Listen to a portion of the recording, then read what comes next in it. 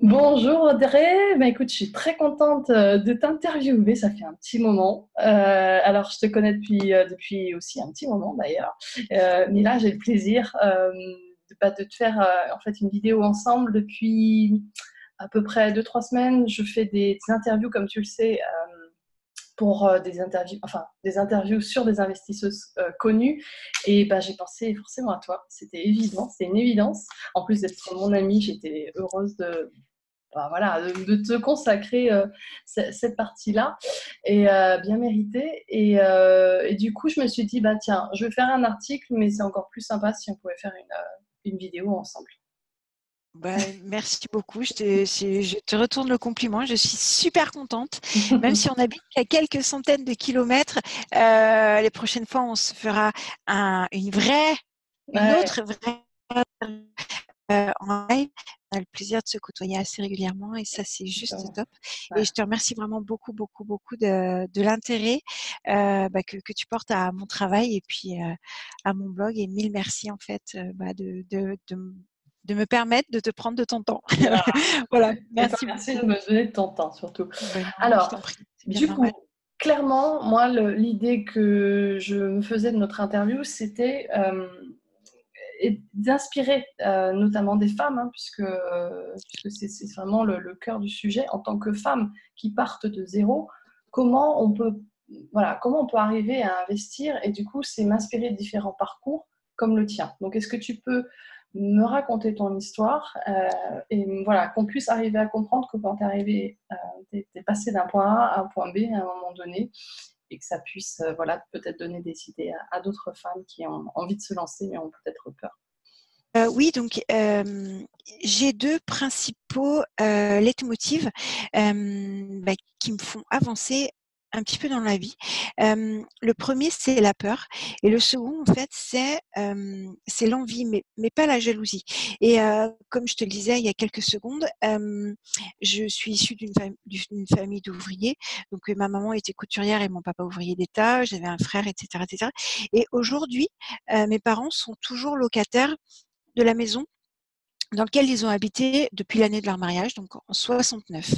Donc, c'est-à-dire que là, on a fêté leur 50 ans de mariage, 50 ans, oui, c'est ça, il y a quelques temps. Et ça veut dire que ça fait 50 ans qu'ils sont dans la même maison. C'est-à-dire que ça fait 50 ans qu'ils ont payé un loyer Mhm. pour cette maison-là. Et sans rien avoir au bout, enfin, sans rien avoir au moment de la retraite, voilà. Et en fait, j'ai fait le calcul un coup et la maison a été remboursée 2 fois. Donc, s'ils avaient acheté, eh bien, effectivement, ils auraient pu acheter et leur maison et une autre maison de valeur équivalente. Et lors de mon premier job un peu sédentaire en CDI, je me suis promis juré d'être propriétaire d'un petit quelque chose, au moins d'un petit studio, mais un petit chez moi.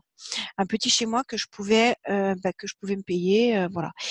Et, euh, et en fait, c'est leur peur à eux. Et pour moi, c'était plutôt, c'est euh, leur erreur. Alors, c'est pas vraiment une erreur, mais c'est leur erreur qui m'a permis d'acheter mon premier bien, en fait. Parce que je me suis dit, jamais je ne veux dépendre d'un homme, jamais je ne veux dépendre de mes enfants, jamais je ne veux dépendre de quelqu'un le moins possible. Et je veux juste, ne serait-ce qu'avoir un petit studio, mais même un petit, j'en sais rien, moi, 10 mètres carrés, peu importe, mais un petit chez pour ne pas être à la rue, en fait. Et parce que je me suis dit, là, si la propriétaire, elle décide de les mettre à la rue, en fait, ils n'auront rien du tout. Et c'est pas à 80 ans qu'ils vont, enfin voilà, qu'une banque va leur prêter, etc., etc. Donc pour ça, c'est vraiment important. Et ensuite, la raison pour laquelle j'ai vraiment investi en immobilier, c'est aussi une autre peur.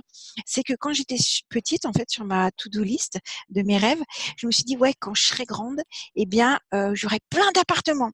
Je serai une princesse, je serai riche, je ferai des voyages, je vais épouser un prince et tout ça. Bon, il y a des trucs on m'aurait menti sur certains trucs, j'avoue. Et il y a d'autres trucs, je me suis dit, mais un petit peu pareil, pourquoi ne compter que sur des personnes et pourquoi ne pas compter pour une fois sur moi? Et, euh, et c'est la raison pour laquelle, en fait, eh bien, un coup, juste pour m'amuser, j'avais fait ma simulation de retraite pour voir, parce que je travaillais à la CAF, pour voir combien est-ce que je gagnerais à 65 ans, etc., etc. Et je me suis aperçue que j'allais gagner je ne sais plus si c'est 700 ou 800 euros. C'est tout. Mmh. En ayant bossé toute ma vie, en ayant fait ce qu'on m'avait dit qu'il fallait faire, Mmh. les études, le travail. Et là, je me suis dit, mais c'est pas possible. Mais je me suis dit, mais à 700 euros, mais je vais jamais pouvoir vivre. Mmh. Et donc, c'est la raison pour laquelle j'ai investi. Donc, j'ai utilisé mon CDI de manière différente. Mmh. Parce qu'aujourd'hui, surtout en France, les banques peuvent nous prêter à 100, ça dépend peut-être pas forcément pour le premier bien, mais à 100, 110, 130%. Et en fait, concrètement, aujourd'hui, avec les taux d'intérêt qui sont très bas, eh bien, la banque vous donne un appartement. Concrètement, il vous donne un appartement. Même si vous payez 2%, la banque vous donne un appartement. Après, c'est libre à vous, soit de le prendre parce que vous avez un CDI, ou soit de prendre l'appartement, ou soit de dire ah ben non, je ne veux pas l'appartement. Et après, c'est à vous de le gérer. Mmh. Est-ce que tu vois ce que je veux dire? Oui, oui, tout à fait. Et donc, je me suis dit, bah, je vais prendre parce que si je sais pas, si je te donnais un iPhone, bah, tu le prendrais parce que tu dirais, bah, sauf s'il n'est pas volé, mais pour toi, il a une valeur numéraire. Tu Mmh. dirais, bah, je sais pas, écoute, 1000 euros, bah, même si je le revends, on me l'a donné, je le revends 700, 500, je vais avoir une valeur numéraire et avec ces 500-là, je pourrais m'offrir un voyage, etc., etc. Et en fait, pour moi, c'est exactement la même chose avec un appartement. Et Mmh. plus on gère bien, Mmh. plus on apprend à gérer, bien Mmh. sûr que j'ai fait plein d'erreurs, et plus, eh bien, la banque nous reprête Mmh. encore et encore et encore. Mmh.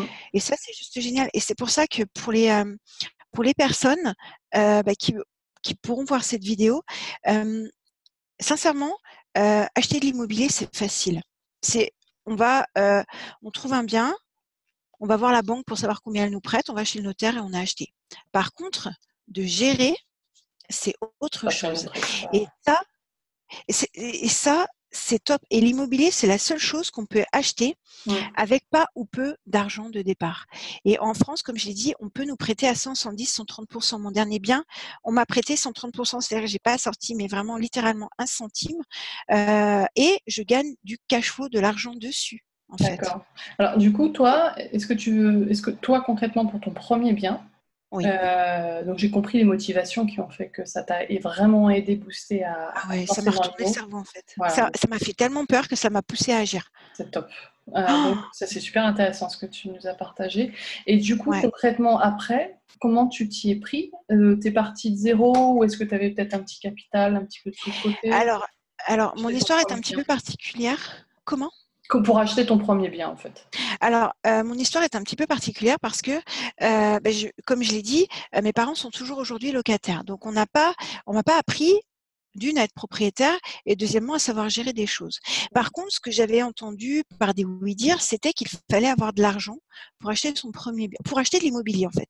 Ou Mmh. alors, il fallait déjà être dans une élite, c'était genre, je sais pas moi, une société secrète et moi, j'en faisais pas partie, en fait.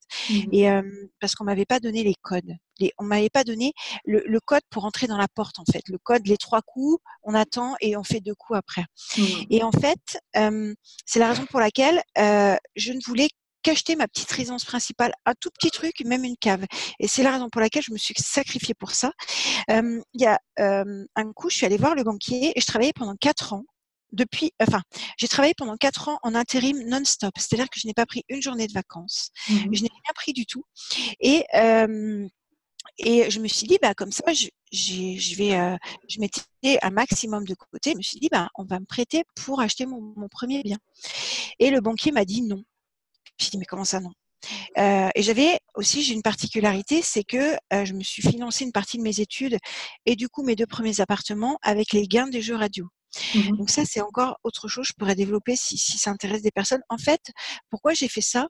Tout simplement parce que on m'a dit non, en fait. Et je ne supporte pas qu'on me dise non parce que c'était pas justifié. Parce que sincèrement, si je puis me permettre, j'en ai tellement bavé pendant ces 4 ans. C'est pas juste 4 ans sans une journée de vacances. C'est Mmh. pas juste, en fait. Mmh. Et on me dit non pour acheter un petit truc à 50 000 euros. La personne qui était en face a osé me dire non alors que j'avais de l'argent qui grossissait, tout simplement parce que je n'étais pas en CDI. Mmh. Aujourd'hui, avec mes connaissances, ce serait différent. Mais Mmh. une personne a-t-elle pu me casser autant mes rêves et Mmh. me casser 4 ans de travail acharné avec cet objectif-là. Euh, parce que je n'aime pas les crédits, d'acheter presque cash quelque chose. Je pouvais pas, mais acheter ça. Et je me suis dit, là, je me suis mis en mode ah ouais. Et quand je me suis mis en mode ah ouais, là, le monsieur, enfin, c'était juste pas possible, quoi. Après, c'est lui qui m'a rappelé pour me proposer des trucs parce qu'il voyait, enfin voilà. Mais ce que je veux vous dire, c'est que voilà, c'est un petit peu, je vais reprendre la phrase du film de Will Smith, ne laissez jamais quelqu'un d'autre que vous dire que vous n'êtes pas capable.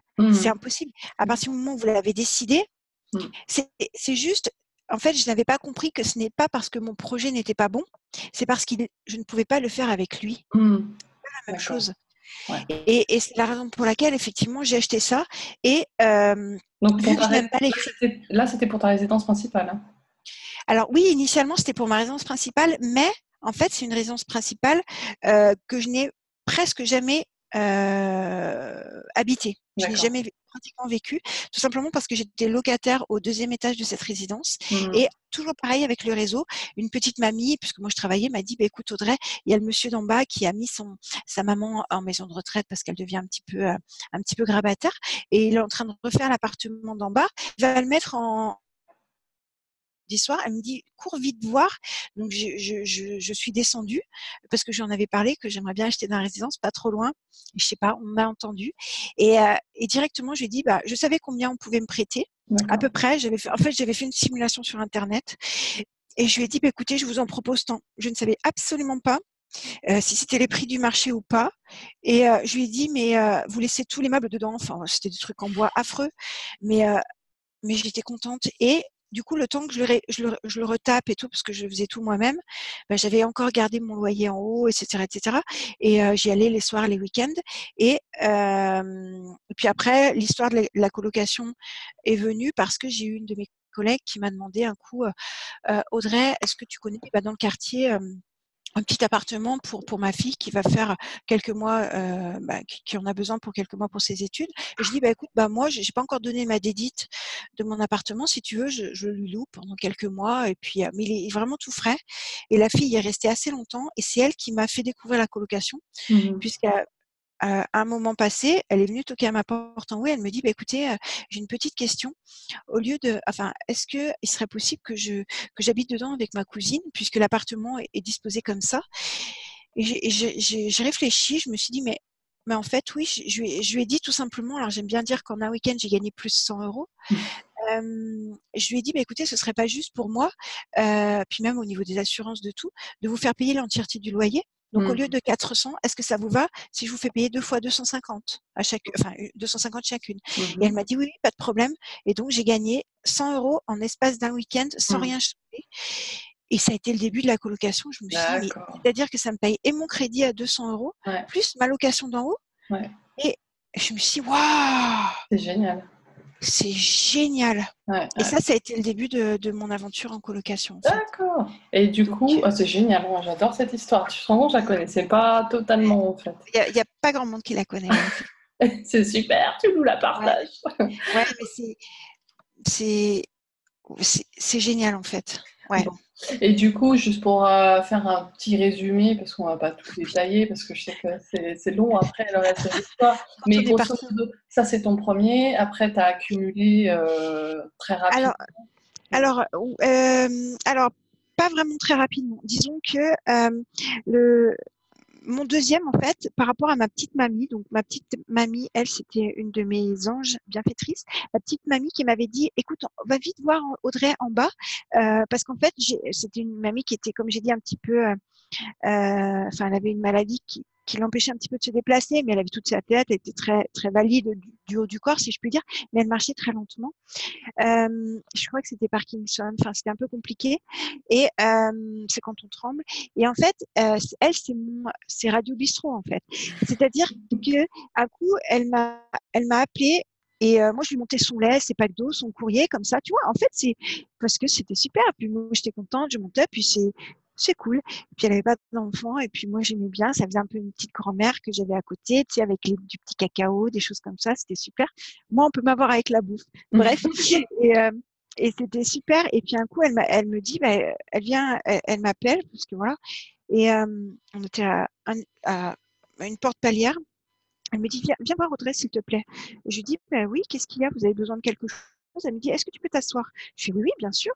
Donc elle me propose un thé, tout ça. Je lui dis: «Qu'est-ce qu'il y a?» Tout ça. Elle me dit: «Bah, j'ai une question». Elle me dit: «Toi qui es dans l'immobilier», puisque j'avais acheté un appartement juste en bas et c'était trop drôle. Elle me dit: «Bah, qu'est-ce que tu penses de mon appartement?» Alors moi, je lui dis: «Bah, écoutez, pour vous, il est top, mais ça fait 60 ans que vous vivez dedans». Je fais: «Je suis désolée, il est un petit peu dans son jus». Mhm. Puis on se met à parler pendant 1 heure et tout. Puis à un moment, elle me dit, entre nous, enfin, je sais pas, t'as combien sur ton compte? Je dis, comment j'ai combien sur mon compte? Je dis, tu sais, je me suis dit, bah, quand même, tu sais, c'est un peu Pas indiscret. Elle me dit, facile. réponds. Je dis, bah, écoutez, j'ai 21 000 euros. Elle me dit, ok, je te le vends pour 21 000 euros. Je dis, Ah, ah non, non, ah non, non, non, non, non, non, non. Mais je lui dis, mais j'ai pas prévu de l'acheter. Non, non, mais moi, j'aurais plus rien. Et puis après, ça m'a complètement abasourdie. ouais. Elle me dit, il y aura une condition. Ok. Donc, je suis allée chez moi. Là, pour la première fois de ma vie, j'ai appelé mes parents qui m'ont dit de foncer pour une fois. Et je suis revenue et je lui ai dit, je suis d'accord pour 21 000 euros, mais c'est 21 000 euros frais de notaire inclus. Parce que je pouvais pas plus. Elle me dit, d'accord, top là. Mhm. Et là, ok. Et la condition, c'était qu'elle y restait pendant 5 ans. D'accord. Parce qu'après, elle était ancienne infirmière et elle avait prévu de partir en maison médicalisée. Donc ça a D'accord. duré un petit peu 5 ans et demi, mais en l'occurrence, c'était le deal. Donc en fait, mon appartement en bas de colocation me payait l'entièreté des charges donc de l'appartement du bas et du crédit, Mhm. plus les charges de l'appartement du haut. Donc pendant ce temps-là, j'ai pas pu beaucoup faire de trésorerie avec mon salaire. J'en ai fait un petit peu avec les jeux radio. Voilà. Mhm. Et donc cash, c'est pour ça que ça m'a permis, eh bien d'acheter cet appartement, c'est juste pas possible. Mais par contre, après, je te passe les détails avec le notaire qui m'a appelé C'est 3, génial. 4, 12 fois, qui m'a dit non mais c'est de l'abus de faiblesse, tout ça. Et à un moment, je me suis énervée avec le notaire. Je lui ai dit écoutez, sincèrement, c'est elle qui m'a proposé. J'aurais jamais pensé faire ça. Et elle était très fière. Elle avait toute sa tête. Et à un moment, elle l'a pris à part. Elle lui dit écoutez, c'est moi qui décide à qui je le vends. Parce qu'en fait, elle s'était renseignée et elle voulait avoir de l'argent pour pouvoir donner l'entièreté, enfin pour pouvoir financer des meubles à son neveu. Parce que vu qu'elle n'avait pas d'enfant, Mhm. si elle lui léguait l'appartement, il aurait été obligé de le vendre et il aurait eu moins d'argent Mhm. avec les frais de notaire parce que c'est pas l'affiliation directe, etc., etc. Ouais. Et l'État aurait tout pris. Et Mhm. donc, elle voulait voilà, et c'était le deal. Et c'était, mais pendant quelques mois, j'ai vraiment flippé. J'ai croisé les doigts pour pas que ma voiture tombe en panne parce que j'avais plus rien, quoi. Mhm. Donc vraiment, vraiment, vraiment, vraiment. Mhm. Et, voilà, mais c'est une super expérience. Et D'accord. c'est pour ça que ça m'a ralenti un petit peu. Et puis après, c'était parti, quoi. Et après, c'était parti, donc tu l'as transformé en coloc, j'imagine. Alors non, pas celui-ci. Alors oui, au départ, mais après non. Après, j'ai tout refait, donc ça a mis beaucoup de temps à refaire. Mhm. Et parce qu'il était vraiment, vraiment, vraiment dans son jus. Et Et ensuite, effectivement, initialement, je voulais le faire en location courte durée. Mhm. Et après, je pourrais te montrer des photos. C'est un petit appartement qui est super mignon. Moi, c'est un appartement dans lequel je me suis dit, ça, ce sera ma résidence principale. Mhm. Donc peut-être que plus tard, quand il ne Peut-être. sera plus loué, D'accord. ben peut-être. Voilà. Alors j'espère pas parce qu'il est un peu plus petit que l'appartement de mon conjoint, mais voilà. Mais il est tellement lumineux, il est super bien placé en plus. Enfin, Ok. bref. Et voilà. Et Donc donc, voilà. après, tu as enchaîné. Ouais, j'ai enchaîné plusieurs années après parce qu'il fallait que je me refasse une santé financière et il fallait surtout que je me forme parce que je ne m'étais jamais formée. Et le Mhm. premier appartement, même si c'était de la coloc, moi par défaut, il était meublé, Mhm. mais je l'avais fiscalement déclaré en nu. Mhm. Je Ah oui. savais pas. Et Mhm. les personnes étaient restées assez longtemps, Mhm. donc du coup j'étais énormément imposée dessus et je Mhm. savais pas tout ça. Donc je me disais mais comment font les gens pour gagner de l'argent de l'immobilier en fait? Mhm. Comment est-ce qu'ils font? C'est Mhm. des gros mythos. Mhm. Et après, je me suis formée. Donc après, je me suis formée auprès d'Olivier Seban, auprès de pas mal de personnes. Et D'accord. là, j'ai eu des illuminations. Mais j'avais déjà mes 2 appartements avant. Mhm. Et ensuite, effectivement, là, j'ai compris. Et là, je me suis dit, ah ouais, il y a un super truc. Mhm. Et après, ça m'a donné plus tard le choix. Mhm. Ça m'a donné le choix parce que quand tu travailles, tu n'as pas le choix de travailler. En fait, tu as été formé pour. En fait, on ne te pose pas la question. Les états d'âme, bah, c'est pas grave, ça ira mieux demain. Mhm. Si tu t'entends pas avec ta collègue ou ton chef, bah, c'est pas grave, il va tourner. Ou alors, bah, tu peux pas demander à changer de bureau ou tout ça. Mhm. OK. Mais en fait, on dit jamais, bah, si tu veux, pars. Parce qu'on a des crédits, parce qu'on a notre vie qui est bien établie aussi, des amis, des choses comme ça. Et là, plus tard, lorsque j'ai eu vraiment le nombre d'appartements que j'ai actuellement et qui me générait vraiment beaucoup plus, et que mentalement, j'ai craqué au boulot, parce que quitter un CDI, mon Dieu, c'est la folie. Et ben du coup, je me suis dit, maintenant, non, je peux plus. Je peux plus faire ça parce que j'étais plus en accord, parce que j'avais le choix. Tu vois ce que je veux dire en fait? Ça, je comprends. Quand tu as le choix, c'est différent en fait. Tu vois, c'est ça. Ok, voilà. Du coup, super. Et la colocation, c'est un truc de fou. Donc, en fait, grosso modo, tu as en combien de temps, enfin, sur quelle période, j'essaie juste de comprendre, tu as pu... Alors, en 2 ans, pour mes 2 premiers appartements. D'accord. Alors, 2009 pour le premier. Non, 2007 ou 2009. C'était en 2 ans. 2007 après, pour le premier, 2009 pour le second. Et ensuite, parce qu'il fallait que je me renfloue et puis que je me forme, fin 2015 pour le troisième, début 2016 pour le troisième, et 2018 début en mars pour le quatrième. Et là, j'en ai en cours. Voilà.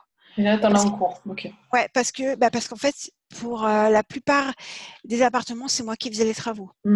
D'accord. Ok. Et donc, ça me prenait du temps après mon travail, les soirs et les week-ends. Ok. À la frontale. Est-ce qu'on peut dire, après, tu peux me dire que ça peut rester secret, je comprendrai tout à fait. C'est juste aussi pour faire comprendre quelle était ta situation professionnelle durant cette période-là. Bien sûr. Tu n'avais pas forcément un niveau salarial hyper élevé pour tout à fait. Tout ça, quoi. Oui, tout à fait.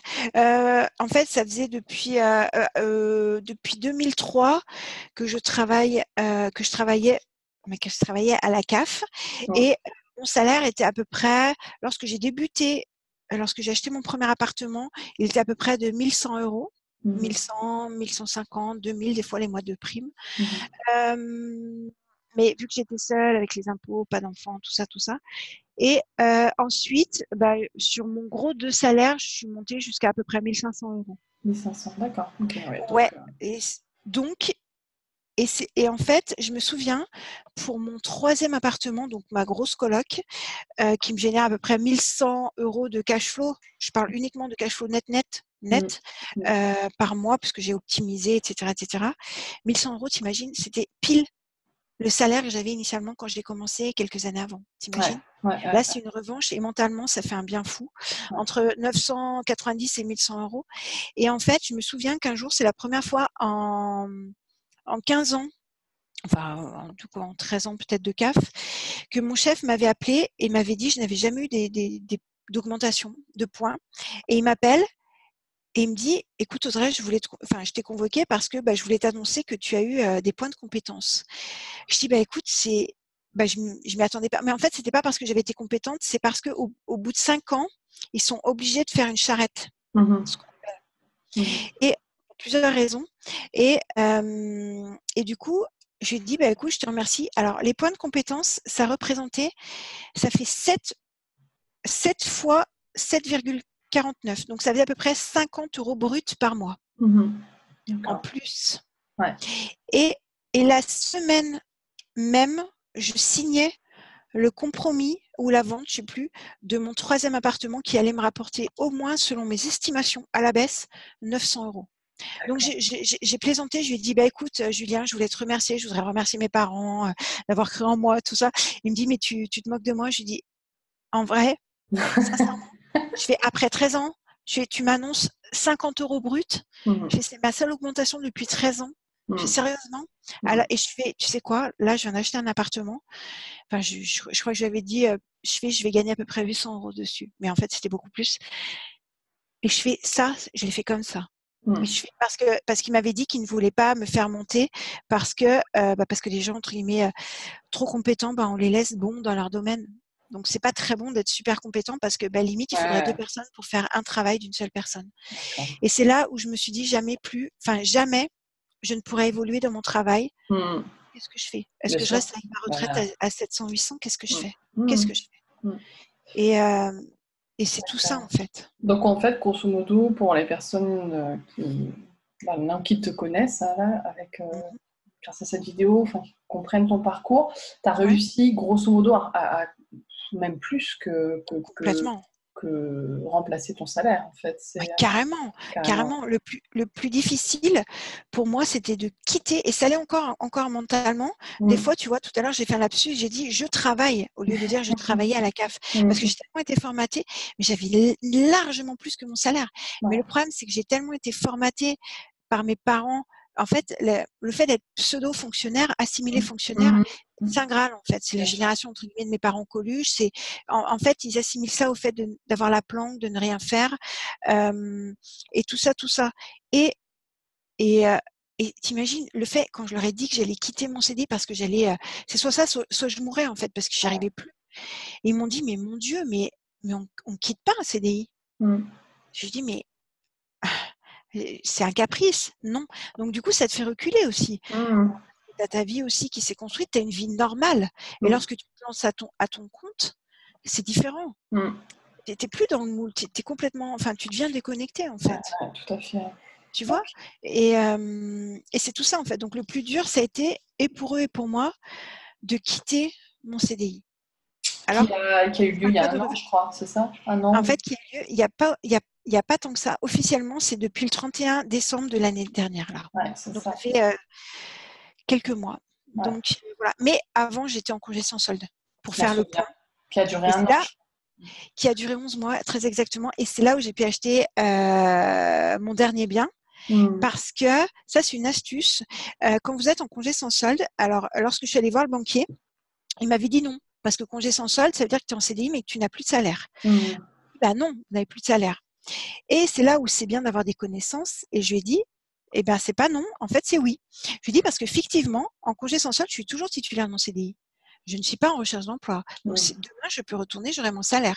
Donc, vous devez fictivement reprendre mes dernières fiches de paye, mon dernier avis d'imposition, puisque j'ai toujours les mêmes mois et tout ça, et que j'ai plus de 1 an d'ancienneté dans la boîte, et bien, fictivement, me prêter sur cette base-là.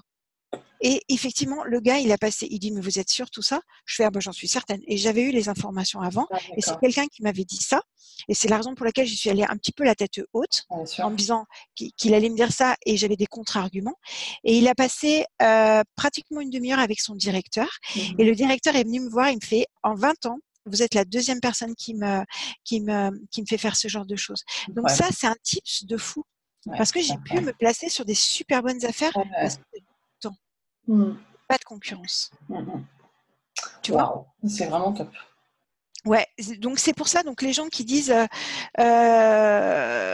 voilà, on trouve toujours des solutions. Mais Bien c'est sûr. pareil, c'est la connaissance C'est ça qui qui fait fait que. ça, en fait. Mm. Tu vois ce que je veux dire?